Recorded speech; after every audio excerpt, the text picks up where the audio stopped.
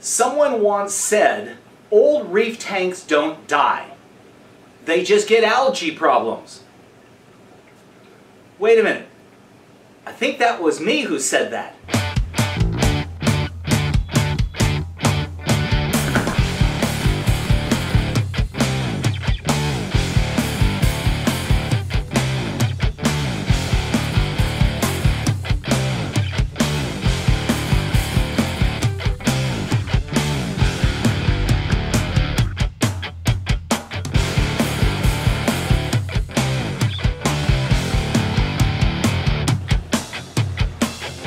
I think someone also said something to the effect of bankers can't balance their own checkbooks, mechanics drive the worst running cars, and aquarium service people have the dirtiest aquarium.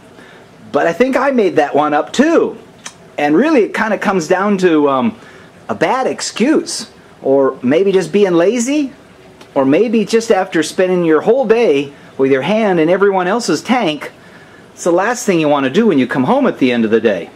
And you can certainly see that, well, maybe on this, maybe you can't see. That's a wannabe reef tank inside there, but then again, this has been running for, oh gosh, I've been in this house for almost 14 years, so I would have to say 13 of those 14 years. There is a prize pair of clownfish somewhere in there, percula clowns, who happen to have laid a batch of eggs inside there, but you can't see those. There's a number of different species of cardinal fish in there. No Fishguys, but they're the pajamas. There's some orange lines and the what are called high fins, which have that blue hue over a silver body.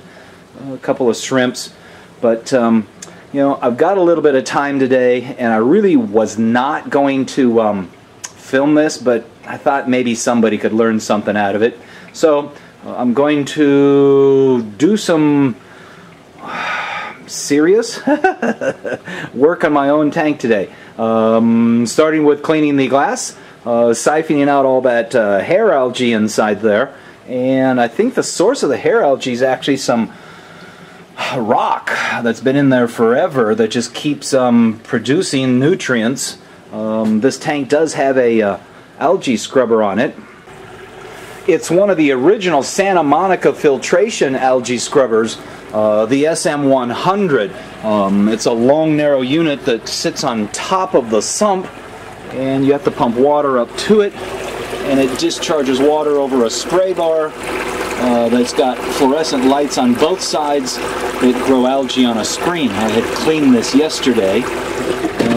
It's done a great job, but it has not eliminated the algae problem in the tank, and unfortunately that's one of the downsides to addressing issues way after the fact. As I mentioned, this tank's about 13 years old.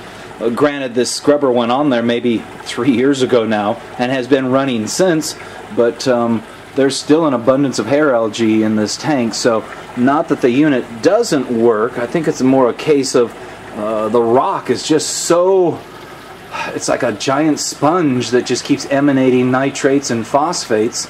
So what I'm going to do today, aside from cleaning the tank is and doing a big water change, is I'm going to remove a whole bunch of the rock out of the tank to try to eliminate some of the hair algae and some of what's feeding the hair algae. Also, my other motivation is I was holding a little snowflake eel in a small container in the tank, waiting for a customer's tank to finish its cycle so I could put the eel in there, and just before the tank finished cycling, the eel figured out how to escape from his container, so he's in this tank, and that's the other motivation for going in there and removing a bunch of rocks. So let's get started first on the algae on the glass.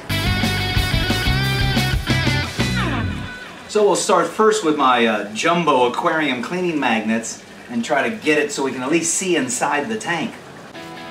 For as attractive as acrylic aquariums are, with their rounded corners and the lack of obvious seams, it's also important to know that the material that you're using to clean the tank can scratch the tank. This is most often caused by a small rock or stone being caught between the acrylic material and the cleaning item. In my case, it's a pair of strong aquarium cleaning magnets. And while the length of the scratch is usually determined by the cleaning item, the end result, a scratch, which can be polished out, although it's not as easy as it sounds. So at least we can kind of see into the tank now. There are three beautiful rose anemones in there. As I mentioned, there's a pair of percula clowns, and they have laid eggs. A huge green bubble coral, an out-of-control patch of green star polyps, as well as 2 or 3 big patches of colonial polyps, button polyps, just a mild green, nothing special to them. There are some fuzzy mushrooms in there, but a ton of hair algae, and this is the result of just not making or taking the time to get in there and clean it. So that's what we're going to do today. So before I remove the aquarium cleaning magnets, I'm going to go ahead and do this outer rim around here of coralline algae.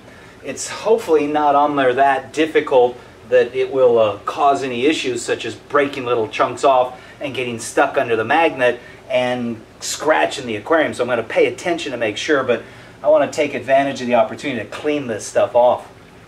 Eventually, all coral reef tanks will begin to grow a calcareous algae, also called coralline algae. This is an actual light-requiring algae that uses calcium and strontium in its matrix or structure. It grows in various shades of purple. Well, the magnet isn't doing that great a job on those upper and lower areas of the coralline algae, so I'm going to pull it out and get my little hand scraper. And what I'm going to use is a little hand scraper. The handheld scraper allows me to reach areas I can't get with the aquarium cleaning magnets. The key to the scraper, though, is the angle that it's being held at. Too low an angle and it skips over the calcareous algae. Too high an angle and it gets stuck between the various platelets. The right angle is one that has gotten under the edge of the algae and almost pops off the algae in small platelets or pieces. So, your cool nano reef tank is doing great, but you've got an algae problem? Consider the drop from Santa Monica filtration. 7 sizes to easily fit into the filter compartment of most nano tanks. And just like their bigger cousins, the Hog and the Surf, all use air bubbles and LED light technology to grow algae. Algae that consumes nutrients. And that algae replaces itself at no new cost to you. For more information on Santa Monica Filtration's Drop, Hog, and Surf algae scrubbers, visit santa-monica.cc.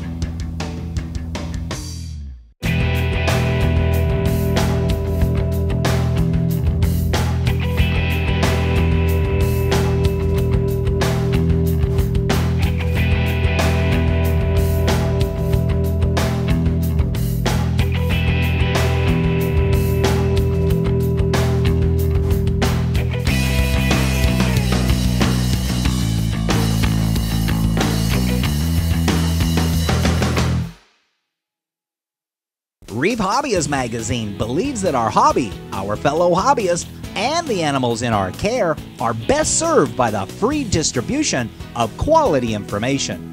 Reef Hobbyist magazine provides hobbyists with critical husbandry information with an emphasis on marine ornamental breeding efforts. Reef Hobbyist magazine is available for free in local fish stores across the country, or you can subscribe at www.reefhobbyistmagazine.com.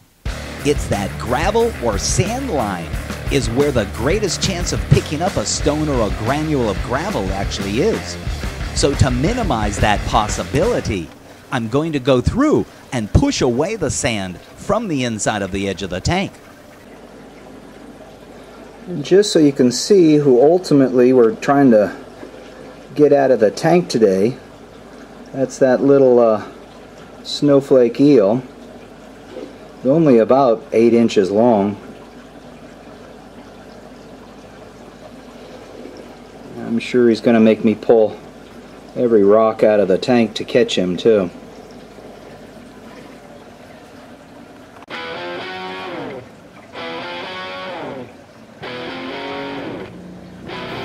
Pushing the scraper in short strokes while applying pressure seems to be enough to clean off the purple algae. And within no time, I've removed it and expanded the entire view into the tank.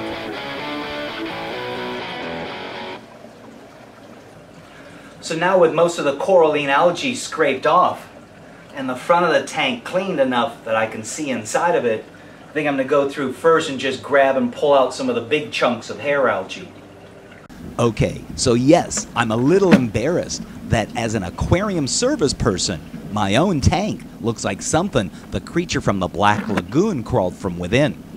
It's sometimes hard to spend all day with your arm in everyone else's tank and then come home and do it some more in your own.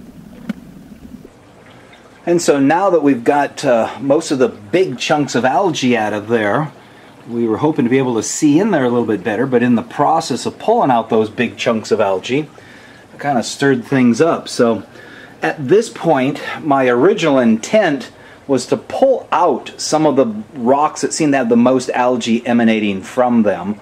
And so I've got a couple of styrofoam containers here, and of course now at the same time knowing my goal is to capture that snowflake eel, and chances are he's going to make me remove all the rocks. So I've got basically two boxes of rocks. One that I'm going to put the stuff that I don't want, or the stuff that's got lots of algae on it, over here, and the pieces that I do want in that container. It's at this point where I begin to remove some of the rocks from the aquarium. But at the same time, I still have corals in the tank. I didn't set aside clean water, so make it a point to come on back for part 2 to see what I end up doing.